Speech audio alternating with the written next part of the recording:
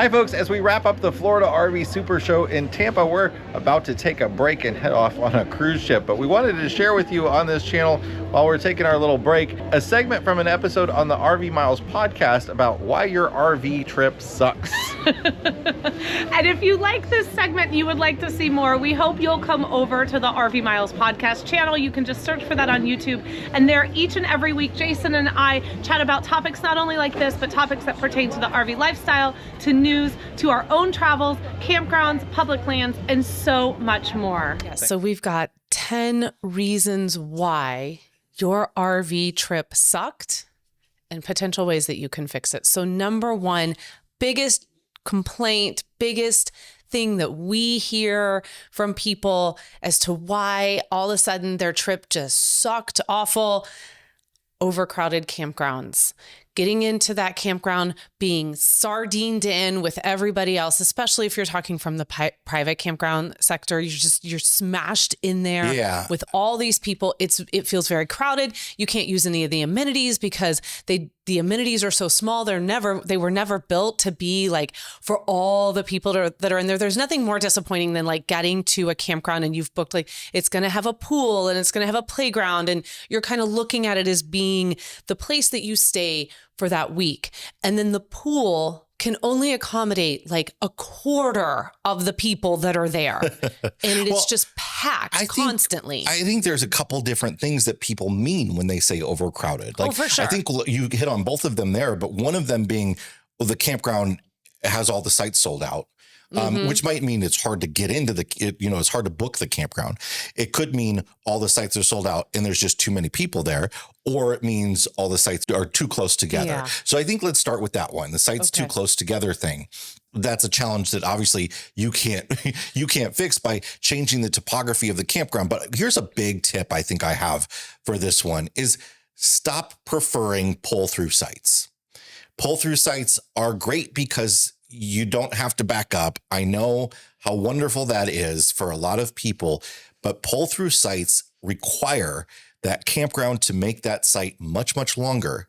And in order to get the number of sites per acre that they're trying to get, pull-through sites almost universally have a smaller lawn area. Yes. Or maybe it's not smaller, it's just longer and thinner. So you are naturally closer to your neighbor. Yeah. If you choose a back-in site, generally you're going to have a better campsite than most pull-through sites if being close to your neighbor is your big concern.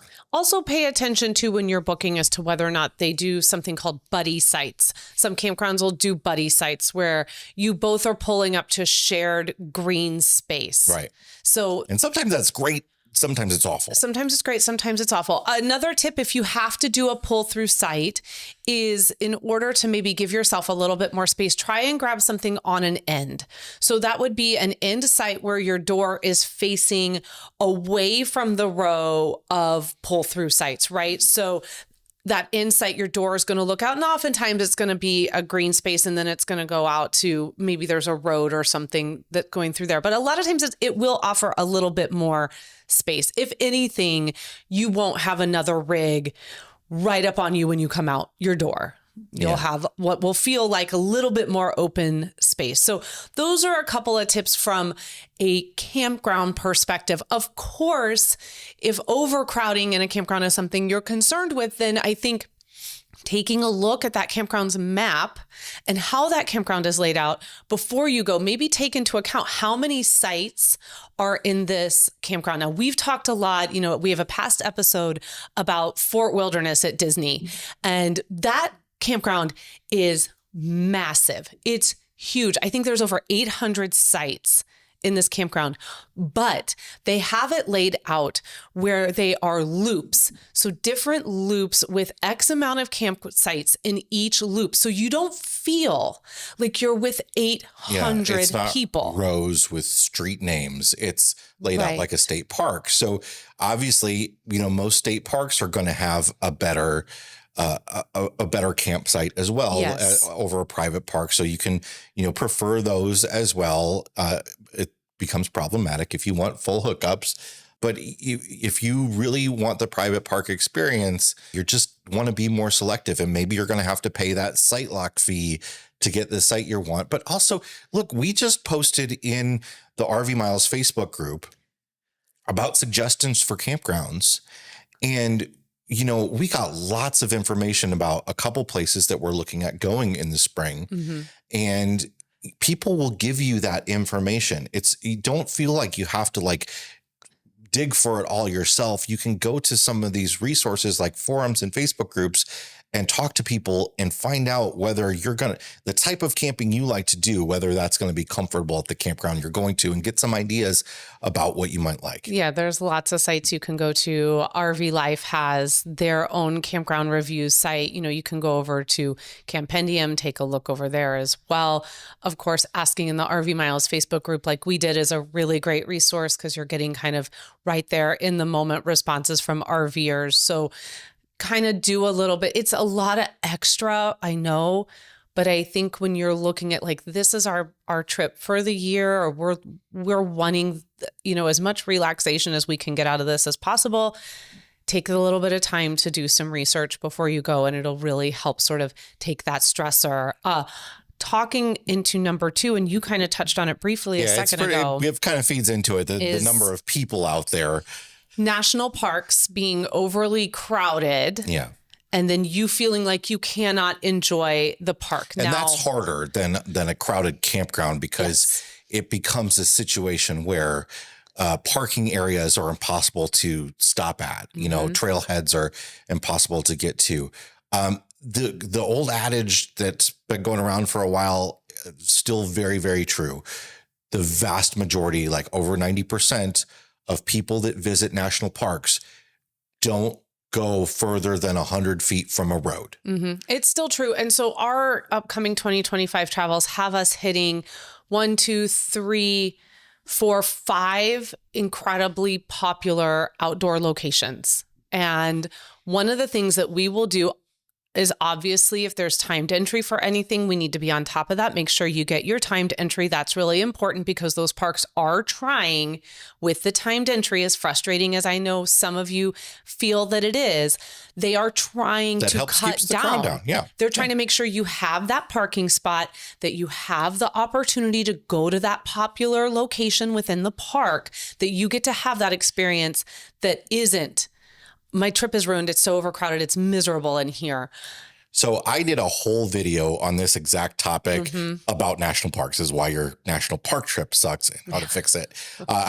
That's also, if you're not a video person, we also put that out on the National Parks podcast feed, our America's National Parks podcast. So you can check it out there or on the video that I did on it. And we'll put that in as a link in the show notes for this episode. So you can get into all of our tips about visiting national parks and public lands and avoiding the crowds there, because it is very, very doable. Yeah, it's very doable. I want to mention one, and then I want you to go over and read all the rest. But the biggest one, we've been talking about this since the dawn of the RV Miles podcast. Stay in the park after dinner. Bring your dinner into the park. The majority of people leave between 4, 5, 6 o'clock at night in a park to go back into town or go back to the campground and have dinner. Bring your dinner in, bring your Blackstone, bring your cooler, stay in the park. You will feel, we have been in parks like Yellowstone, Yosemite, and we have felt like we have had that entire park to ourselves because everyone has gone. And there is nothing that even after sunset. Even after sunset. It's so spectacular. So we've been to you go to a popular sunset location, and then that sun dips below the skyline, and you hear all the tripods start to close up and all the camping chairs start to close up. And you're like, bye. You got a whole nother hour to walk around in daylight. It's fantastic. Not daylight, I guess twilight. But okay. So let's switch gears a little bit and let's not talk so much about destination, and let's talk about the actual RV itself. So one of the things that can really make an RV trip just miserable is if you find out that you have multiple, you don't find out. In the moment, you're experiencing multiple repairs, big or small, on the trip. We all know that these are rolling earthquakes when they go down the road. And sometimes, despite our best efforts, things are going to happen. And most likely the longer you're out on the road, the longer your trip is, the more likely you are to experience something like this. There is so much maintenance that you need to do on your RV that you're probably not doing. And neglecting that maintenance means repairs later. And often those repairs come during a trip. They almost always come during a trip because things don't break when it's sitting still. They break when you use them. So it's really important, prior to whatever your camping season is, or if you're full-time on a regular basis, to do the proper maintenance that you need to be doing on all the different systems, your water system, your air conditioners. Before you go out for the season and need your air conditioners, every year you should be either do it yourself or have somebody do it. We just had an RV tech do it for $99 at Homecoming. At the Homecoming Rally. Yeah. Do a full service of your air conditioner where they clean it out. They take the shroud off of it, they clean it, and they make sure that there's just not a bunch of gunk in there that is causing it to work harder than it needs to. Make sure to lubricate your slides on a regular basis. Check your roof for any sort of peeling sealant that you need to replace before the camping season. If you get a leak in the middle of a trip, it can really ruin that trip. If a slide can't come in, but learn about your systems too, because, I think a lot of people get into this, a slide doesn't come in or something, and they get into this funk of like, now we're spending 3 days on trying to make this slide work. You can hand crank those slides. There is a process in place for them to close manually. Learn how to do that so that you can just do it manually. And then when you get home, you take it to an RV dealership and have it fixed.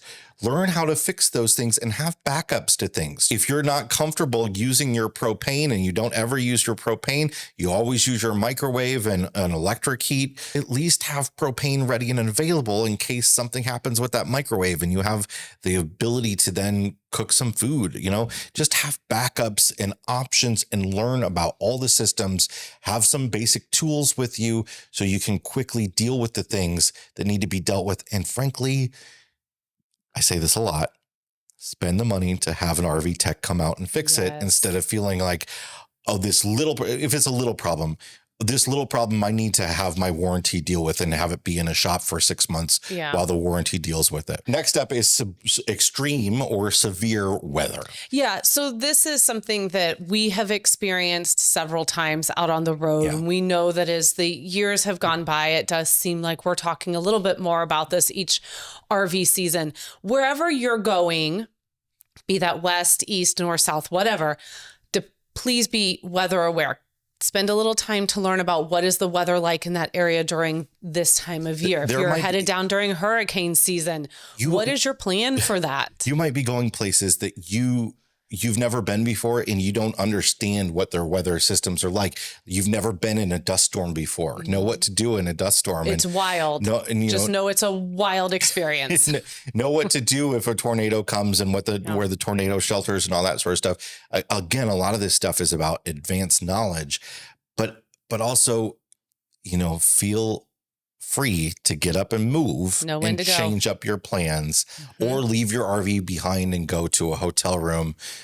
That sort of thing is certainly possible. We've done it several times. We have a few episodes on sort of weather preparedness and some suggestions we have for that. So I'm going to link to those as well in the show note in the description. So if you want to go back, because again, that is a whole episode on itself. In fact, a lot of these topics are whole episodes on themselves. They're topics we've talked about in the past, be it a few years or many years ago. But when you put all of these together, when you put all 10 of these together, these are things that really do ruin a trip. And not being weather aware, being out there in Tornado Alley during tornado season or hurricane season, or even finding yourself up in the north, it starts snowing much sooner up north than it does here, even in the Midwest. I mean, when we headed to Fort Collins at the beginning of November, we were driving through a potential snowstorm. Yeah, so have a plan for what you're going to do if you need to emergency winterize, that sort of thing. Just be aware. So next one I want to get to, and I feel like sometimes this gets a little overlooked. And we're kind of hard on ourselves about this one as to why it's making our trip so miserable. And that is just that you get home after the trip, or you have started RVing full time. This can happen. All of these things happen to full timers too. This isn't just, I went on a trip and I came home and now I'm miserable. We have experienced all of these feelings as full timers as well. And this one is that your day-to-day responsibilities, they felt hard in the RV, making a meal, doing laundry. If you're working from the road, maybe you're homeschooling from the road, you're trying to go to the grocery store. All of those things just felt extra. It's just, one of the reasons we buy an RV is so that we can have our own kitchen with us. We can have our own bedroom with us. We can have our own bathroom with us. And that trade-off is that, at a hotel, somebody is making the bed for you. Somebody is cooking the food for you. Somebody is cleaning the bathroom for you. Maybe they're not doing it as well as you'd want to, and it's not your personal space. I want my own bed. But it is a different style of vacation. So you're going to have those things to do. And there's some great ways to alleviate them, though. And I think the best one is having a checklist and just have a list of the things that you're going to do so that you aren't like last minute thinking, oh gosh, I'm out of underwear, we need to do laundry. But if you've planned like, okay, I have X number of outfits for, this week, and then we're going to do laundry on this day. And then I've got, again, a lot of this comes down to planning, meal planning, knowing what you're going to cook, having stuff cooked, having meals already planned and the food bought for them before you go out and travel. Or just be willing to go out to restaurants. Those things can all sort of alleviate some of the issues that people have with like cooking and cleaning and that. Yeah, I'll flip that on you a little bit. And I'll say too that sometimes, because that's a lot of planning, right? And sometimes be that as a full-timer, or even if you're just going out, your life at home, like what our life looks like at home right now, is not what our life looks like when we're out in the RV. And what our life looks like as full-time RVers is not what our life looks like right now in our sticks and bricks. And I think that there needs to be a level of embracing change and flexibility, which can be very hard if you are a planner and someone who thrives on schedule. And if that is you, you certainly want to take those tips that Jason just suggested and do those so that you are comfortable with your experience. For those who do not need that level of detail, just be okay with maybe the laundry being a little bit dirty. Be okay with knowing that there's going to be a few little extras. I always think about the difference between traveling when we were in the Sabre 37 FLL and the Ibex, and the one little thing that was always different, such a small thing, but it was such an annoyance for me, was morning coffee. It was so much harder to make coffee in the morning in the Ibex than it was in the Sabre because of the layout of the rig, because we were in one space. And I often, for whatever reason, not thinking, would keep buying whole bean coffee that would need to be ground. And I would go to bed at night and I would forget to grind the coffee. There's some people that insist on that, right. And then you get it, but I loved it when I was in the Sabre because everyone was in a separate space and I wasn't going to wake everybody up at 6:30 in the morning. But when you wake up at 6:30 in the morning and all you want is a cup of coffee, but you want that cup of coffee in peace and quiet, just yourself. And you know that the minute you start that grinder, you're going to wake everybody up in that tiny little space. It's those little things, and it's learning. Sometimes things like that just happen. You don't know until you get into the environment, right? I definitely don't think you should be like the over planner either, unless like that's just the way you and your family operate. Because if you're like the over planner and you're getting on this trip and all of a sudden you're barking orders and telling everybody this is exactly how everything needs to go, they're not going to have fun either. I think it's about not planning every moment. It's more about planning options, knowing these are the 3 or 4 different things that we're going to plan to be having for lunches, and knowing that like, okay, we're going to try not to use pots and pans for lunches. We're going to try to just have cold stuff for breakfast and lunch if we're people that don't want to do a lot of dishes, so that we can just brush off a plate or whatever and not have a lot of wet, messy dishes to wash. Stuff like that gets a lot, or just being able to decide, oh, tonight is a quick night for dinner. We don't have a lot of time. We just have this grab and go thing. Just having those things in your back pocket ready to go can go a long way to reducing the stress of being like, oh, now I have to cook a full lunch for 5 people, right? Yeah. Yeah, absolutely. And if you get home and you just feel like all those day-to-day things were too hard, just take a little bit of time to think about what is the way I can do that differently next time. That definitely don't be that person that insists on cooking over the campfire for every single meal unless you're going to be the one doing it. Yeah, don't ask somebody to do that for you, because that's hours and hours and hours. It can be a lot of fun. It can also, when you're hangry, be absolutely miserable, and you eat a lot of cheese and crackers while you wait for that person to finish cooking. Ask me how I know. So the next one on here, we can kind of put a couple of these. I think we should put 6 and 7 together. And that is travel days took longer than you planned for, and also not using an RV specific route. So our tip for travel days is for every hour that the GPS tells us it's going to take to get there, we tack on an extra 15 minutes. So if it's if it's saying it's going to take 4 hours to get there, we are saying to ourselves 5, if it's good, probably more like 5.5. And on top of that, we're not trying to travel much more than that. No. So maybe a little bit more than that, but not significantly more, because we've preached this over and over. We want room for if problems happen. If you aren't able to get the RV ready to go as quickly as you thought that day because that slide didn't go in, you don't want to be then arriving at the campground that you had to get to at 9 o'clock at night or 10 o'clock at night. Absolutely. And you want to enjoy the drive. You want to allow for the possibility of, oh, this looks like a cool place. Let's stop really quick and let's stop here for lunch and let's enjoy the journey to the destination, or whatever that saying is. The journey is just as important as the destination. I don't remember what the saying is, but it's true. I mean, whatever that saying is, it's true. Sometimes it's inevitable though, that you've got to do a big, long travel day. And usually we do those at the beginning or at the end of a trip. It's like the last push or the first push, right? We hauled butt leaving Alaska. We were hyper focused on getting back to the Quad Cities. Travel days, you can get, I think, sometimes a slightly better idea of what your travel day is going to look like using an RV GPS specific device. So I know TripWizard has their RV specific. There's obviously the Garmin. We've talked about that in the past.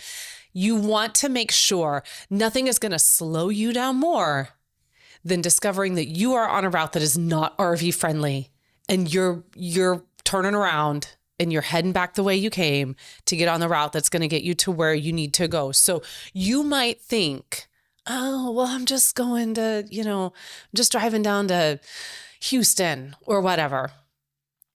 Just run it through an RV specific GPS system. Like just make sure, because we'll do like Apple or Google, but then we'll go and put it up against the other one and look at them both, so just to kind of get an idea, like, are they paying attention? With the ibex, we would, to be honest, use Apple and Google more than anything because it was small. But with the fifth wheel, we didn't play around with having a dedicated GPS, whether that is an app-based one like RV Life or a dedicated one like a Garmin. Here's the secret: they use the same routing software, so you're not going to get different routes. Really, they play around with how that route happens a little bit differently, but they use the same mapping software. So TripWizard is actually good enough for most people. I think it's Apple CarPlay friendly now. It is. It is CarPlay. I don't know if it is Android yet, but it is Apple CarPlay friendly. Oh, now, well, there's only one phone out there. It's an Apple phone, iPhone. You just want to alienate half our listeners. Okay. I'm not. Okay. Those are phones. This is just the one phone. There are options for you, but know your route. No, we've also recommended many times in the past getting a trucker's atlas, the motor carrier's atlas. By the way, I priced a 2025 one when we were at a gas station. I don't know if this place was just price gouging or what, but it was $55 for not even the nice spiral bound one. Like, that's crazy. The price has been going up year after year after year, and it's starting to they're starting to reach a level now where you're like, come on now, like, for real, because you have to buy a new one every single year. It's wild. So again, you're going to want to just know you're going to need a little bit more time, look at an RV specific route. And then I feel like this kind of leads into that a little bit. And this one here is that you never felt comfortable driving or towing your RV. So these stressors of your travel day, the route that you're going to be on, those can be kind of heightened stressors already to begin with. But if you add on to that you're sitting in the driver's seat and you just or the passenger seat, because some of us feel stressed in the passenger seat. It's important to consider that. It is. Yes. Don't ignore that, because that person is then having a stressful vacation too. Please do not make them feel bad for that. Like, talk to them, help them understand what's happening on the road, bring them into the conversation. But for you as the driver, if you are going into this before you take off and you're like, I don't know, figure out a way to know. Like, try to get a little bit of practice in beforehand. Learn more about how your motorhome works, as you're driving it. Learn more about how your truck is going to work when you're towing it. Get in a little bit of practice. Go to a big empty lot. Hook up that rig. Go to a big empty lot. Drive it around. Practice backing it in. All of the things. Spend a little bit of time, because you are inevitably going to find yourself, no matter how hard you try, most of the time, you will find yourself on a trip in at least one stressful driving moment. You need to know how to use tow haul mode, how to downshift, how when and when not to use cruise control, when not to use your exhaust brake, all those sorts of things that you don't normally use. Maybe if you've got a truck and you're towing on a regular basis, you want to know how to use all of those things before and when it's appropriate and when you shouldn't be using all those things. We have some videos on those things. They're much better people at that than us out there on the internet that have covered that. Because people are going to ask, I just generally want to say, though, the cruise control and exhaust brake thing, it's essentially in slippery conditions. We're going to want to use those things. You want to avoid them. I would say, too, that, you can add into this the cost of fuel to do this, right? So this is kind of a little bonus add-on. You could start feeling really, really stressed out about how much money you're spending in fuel. Take a little bit of time to kind of think about that. What you're getting when you're driving around town, your MPG is not going to be the MPG that you get when you're towing. It's pretty much, I think, going to get slashed in half. I think it's best to just go to the gas stations and cover your eyes and just fill up. Sure. When you're on your vacation. Or you could get the latest edition of RV Today magazine, and there are 8 fuel saving tips in there from yours truly. Yes. And you can read up on those. And there's some really good, they did a really nice job of adapting one of our past episodes into an article on RV Today. In fact, we work with them every month. They take past episodes of ours and turn them into little tips and tricks inside the magazine. But this is a good one, because fuel is expensive, and it is not what you're paying at home may not be what you're going to pay, especially if you're headed west. So, there's other places it might be cheaper if you're in the West and you're heading, east, might start to get a little bit cheaper, but fuel's going to be expensive, and that is going to stress you out on your travel days. A couple of more, and then I think we're done here.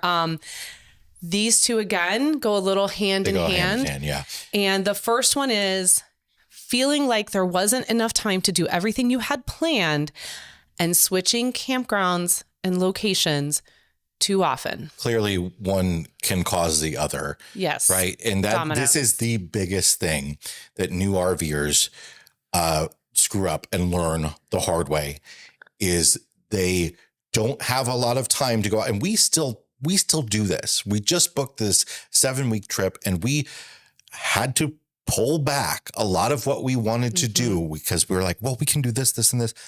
I'm like, no, we have to Mondays. We can never travel on a Monday because all the kids will have online school. We can never travel on a Monday because you've got to do a news video. Yeah. You know, I mean, it was a lot of like, you know, planning. But beyond like our personal lives, though, you just don't want to spend your whole trip driving. No. People think that they can visit 5 national parks within the course of a week and a half. And it maybe theoretically you can drive time wise, but you're not getting anything out of that. And you're going to be much happier if you stop somewhere, spend a few days there. A lot of people go by the rule that they never stop at a location and spend less than 2 or 3 days there. If they're stopping, they're staying. I'm not saying you have to do that. And, you know, of course, if you're trekking it out, like we are, you know, making our way halfway across the country to start the trip, you're probably going to want to have some overnights. But generally, if you're going through all the motions of setting up camp and stuff, take some time there. Now, this is different for different types of RVers. If you're in a Class B camper van or a truck camper and your whole thing is just driving wherever you are and you're not putting setting up a campsite and putting out slides and leveling and all that sort of stuff, maybe it's not as big of a concern for you. Well, I think it's seasonal too for whether or not you are a family traveling with older kids or younger kids, you're a couple, you're a solo traveler. Again, it's really specific to everyone that is a part of this trip, right? It's a little bit easier, I think, for us to move a bit faster now that the kids are older than when the kids were little. Yeah. And maybe that's because they're just more adapt to it now. We've been doing it for so long, like everybody just knows the routine. But I do think that there are a few things involved that come with just having older kids. I think that you and I would move faster if it was just the two of us. I know you would move faster if we didn't have to stop so I could pee every 90 minutes. Like, I mean, there's things involved, but you need to be mindful of all the people on this trip. And I don't think stopping, just plan to stop every 90 minutes. Well, it's just good to get out and move. It's good to walk around. When we rushed back from Alaska, like you mentioned, I got a blood clot in my leg because that was dumb. Yeah, it was dumb. Yeah. I mean, you got a blood clot in your leg. So that is our 10 suggestions for ways to keep your RV trip next year from sucking. If you have one you want to add to this or you want to talk to us about some of these, expand on them, we'd love to hear from you. If you're watching this on YouTube, you can leave the comment right there in the YouTube video. We'll chat with you there. If you're listening to this, we want to hear from you too. You can come over to the RV Miles Facebook group and talk to us over there, or you can message us personally across any social media or in our inbox, and we'll chat with you. We always love hearing what you guys have to say about this because you're out there too. You're living it. Have you had an experience where you got home and were just like, this was not enjoyable? I mean, we certainly talked a lot about that after this summer's trip, after 2024, the stress that I felt like we had to do, again, my own advice, too much. Like I didn't have time to do everything I wanted to do. And I kept having in my mind, like, I'm never coming back here because I don't full time anymore. So silly. So silly. Got home, thought about it, and was like, why did you do that to yourself? Why did you do that to everybody around you? That's stressful. That's not what this is supposed to be. So let us know in the comments or over in the Facebook group what you think about these 10 thoughts. Thanks for watching, and we'll see you when we get back. Bye.